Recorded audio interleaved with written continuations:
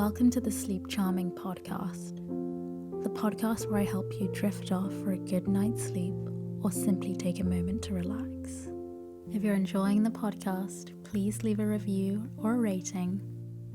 So sit back, take a deep breath, and let me read you an old story. I am a very old man. How old, I do not know. Possibly I am 100, possibly more. But I cannot tell because I've never aged as other men, nor do I remember any childhood. So far as I can recollect, I've always been a man of about 30.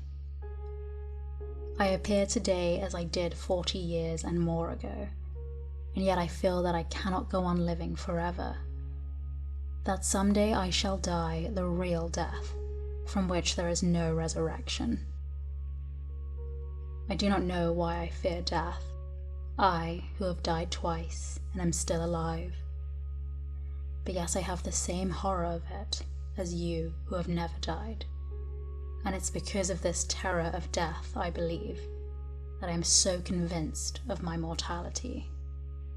And because of this conviction, I have determined to write down the story of the interesting periods of my life and of my death.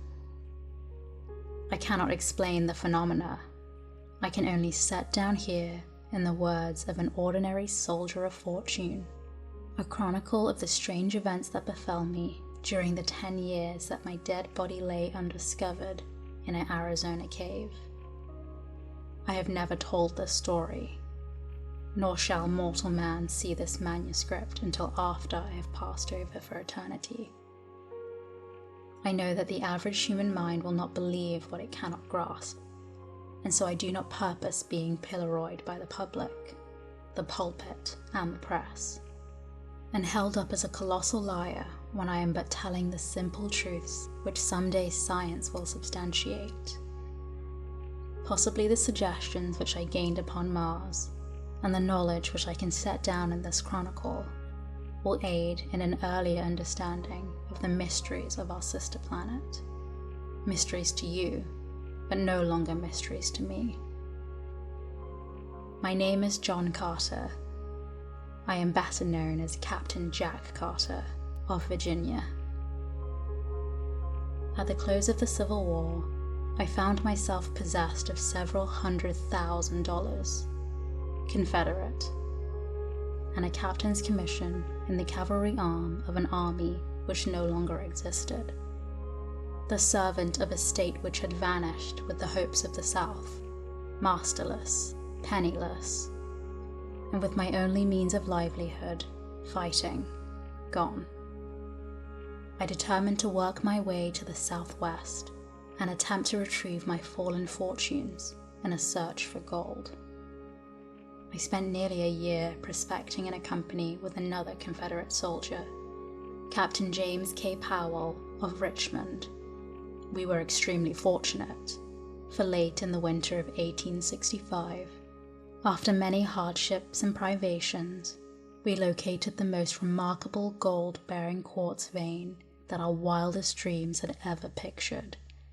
Powell, who was a mining engineer by education, stated that we had uncovered over $1 million worth of ore in a trifle over 3 months.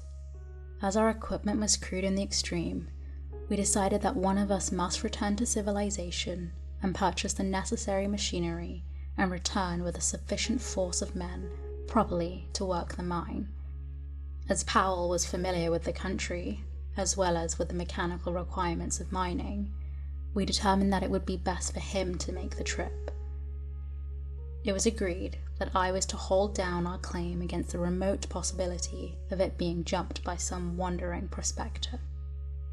On March 3rd, 1866, Powell and I packed his provisions on 2 of our burros. And bidding me goodbye, he mounted his horse, and he started down the mountainside towards the valley, across which led the first stage of his journey. The morning of Powell's departure was like nearly all Arizona mornings, clear and beautiful. I could see him and his little pack of animals pickering their way down the mountainside towards the valley. And all during the morning I would catch occasional glimpses of them as they topped a hog back or came out upon a level plateau. My last sight of Powell was about 3 in the afternoon as he entered the shadows of the range on the opposite side of the valley.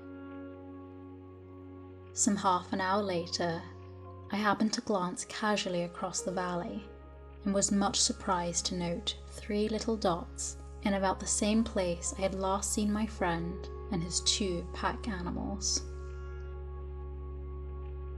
I am not given to needless worrying, but the more I tried to convince myself that all was well with Powell, and that the dots I had seen on his trail were antelope or wild horses, the less I was able to assure myself. Since we had entered the territory, we had not seen a hostile, and we had, therefore, become careless in the extreme. And we were wont to ridicule the stories we had heard of the great number of these vicious marauders that were supposed to haunt the trails, taking their toll in lives and torture of every party which fell into their merciless clutches. Powell, I knew, was well armed and further an experienced fighter, but I too had lived and fought for years among the Sioux in the north, and I knew that his chances were small against a party of cunning, trailing Apaches. Finally, I could endure the suspense no longer, and arming myself with my 2 Colt revolvers and a carbine, I strapped 2 belts of cartridges about me and, catching my saddle horse, started down the trail taken by Powell in the morning. As soon as I reached comparatively level ground, I urged my mount into a canter and continued this where the going permitted, until, close upon dusk, I discovered the point where other tracks joined those of Powell. They were tracks of unshod ponies, 3 of them. I followed rapidly until, darkness shutting down, I was forced to await the rising of the moon and given an opportunity to speculate on the question of the wisdom of my chase. Possibly I had conjured up impossible dangers, like some nervous old housewife, and when I should catch up with Powell, would get a good laugh from my pains.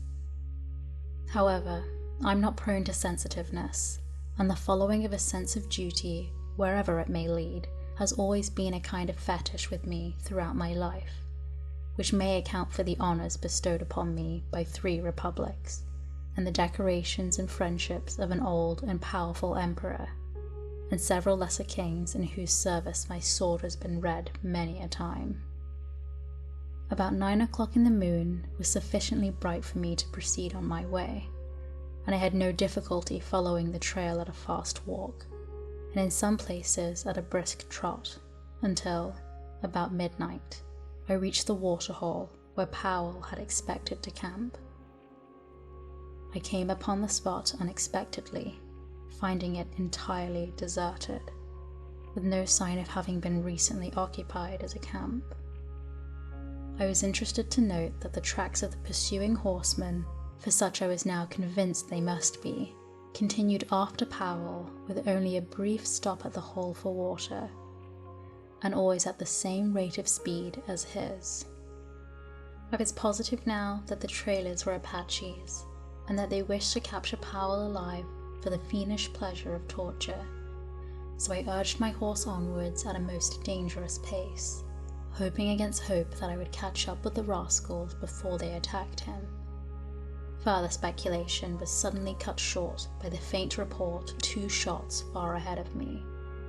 I knew that Powell will need me now, if ever, and I instantly urged my horse to his topmost speed up the narrow and difficult mountain trail. I had fought it ahead for perhaps a mile or more without hearing further sounds, when the trail suddenly debouched onto a small open plateau near the summit of the pass. I had passed through a narrow, overhanging gorge just before entering suddenly upon this tableland, and the sight which met my eyes filled me with consternation and dismay. The little stretch of level land was white with teepees, and there were probably 1,000 red warriors, clustered around some object near the center of the camp. Their attention was so wholly riveted to this point of interest that they did not notice me, and I easily could have turned back into the dark recess of the gorge and made my escape with perfect safety. The fact, however, that this thought did not occur to me until the following day removes any possible right to a claim of heroism, to which the narration of this episode might possibly otherwise entitle me. I do not believe that I'm made of the stuff which constitutes heroes. In all of the hundreds of instances that my voluntary acts have placed me face to face with death, I cannot recall a single one where any alternative step to that I took occurred to me until many hours later. My mind is evidently so constituted that I'm subconsciously forced into the path of duty without recourse to tiresome mental processes. However that may be, I've never regretted that cowardice is not optional with me. In this instance I was, of course, positive that Powell was the center of attraction, but whether I thought or acted first, I do not know. But within an instant, from the moment the scene broke upon my view, I had wiped out my revolvers and was charging down upon the entire army of warriors, shooting rapidly and whooping at the tops of my lungs. Single-handed, I could not have pursued better tactics. For the men, convinced by sudden surprise that not less than a regiment of regulars was upon them, the view of their hurried routing disclosed filled me with apprehension and with rage.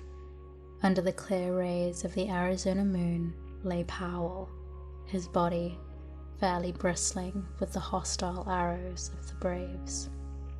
That he was already dead I could not but be convinced, and yet I would have saved his body from mutilation at the hands of the Apaches as quickly as I would have saved the man himself from death.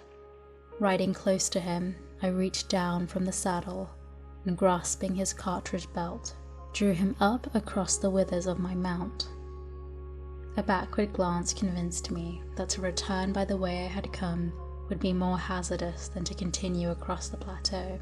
So, putting spurs to my poor breast, I made a dash for the opening to the pass which I could distinguish on the far side of the tableland.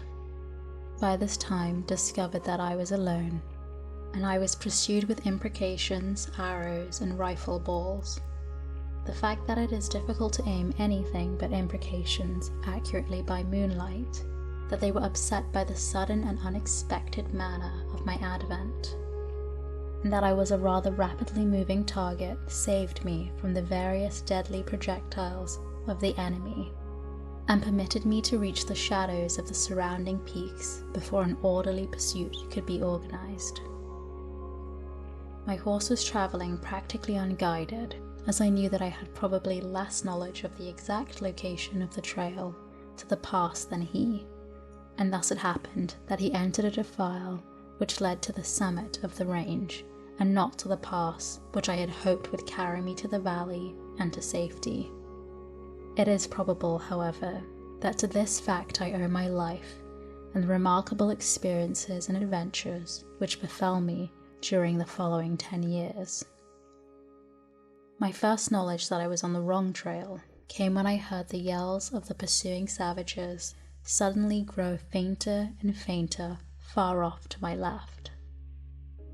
I knew then that they had passed to the left of the jagged rock formation at the edge of the plateau, to the right of which my horse had borne me and the body of Powell.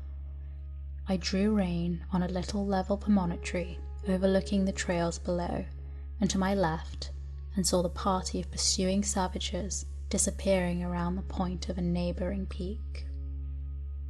I knew the Indians would soon discover that they were on the wrong trail, and that the search for me would be renewed in the right direction as soon as they located my tracks. I had gone but a short distance further when what seemed to be an excellent trail opened up around the face of a high cliff. The trail was level and quite broad, and led upwards and in the general direction I wished to go. The cliff arose for several hundred feet on my right, and on my left was an equal, nearly perpendicular drop to the bottom of a rocky ravine. I'd followed this trail for perhaps 100 yards when a sharp turn to the right brought me to the mouth of a large cave. The opening was about 4 feet in height and 3 to 4 feet wide, and at this opening the trail ended. It was now morning, and with the customary lack of dawn, which is a startling characteristic of Arizona, it had become daylight almost without warning. Dismounting, I laid Powell upon the ground, but the most painstaking examination failed to reveal the faintest spark of life. I forced water from my canteen between his dead lips, bathed his face and rubbed his hands, worked over him continuously for the better part of an hour in the face of the fact that I knew him to be dead. I was very fond of Powell. He was thoroughly a man in every respect, a polished Southern gentleman, a staunch and true friend, and it was a feeling of the deepest grief that I finally gave up my crude endeavors of resuscitation. Leaving Powell's body where it lay on the ledge, I crept into the cave to reconnoiter. I found a large chamber, possibly 100 feet in diameter and 30 or 40 feet in height. A smooth and well-worn floor, and many other evidences that the cave had, at some remote point, been inhabited. The back of the cave was so lost in dense shadow that I could not distinguish whether there were openings into other apartments or not. As I was continuing my examination, I commenced to feel a pleasant drowsiness creeping over me, which I attributed to the fatigue of my long and strenuous ride, and the reaction from the excitement of the fight and the pursuit. I felt comparatively safe in my present location, as I knew that one man could defend the trail to the cave against an army. I soon became so drowsy that I could scarcely resist the strong desire to throw myself on the floor of the cave for a few moments' rest. But I knew that this would never do, as it would mean certain death at the hands of my friends who might be upon me at any moment. With an effort, I started toward the opening of the cave, only to reel drunkenly against a side wall, and from there slip prone upon the floor.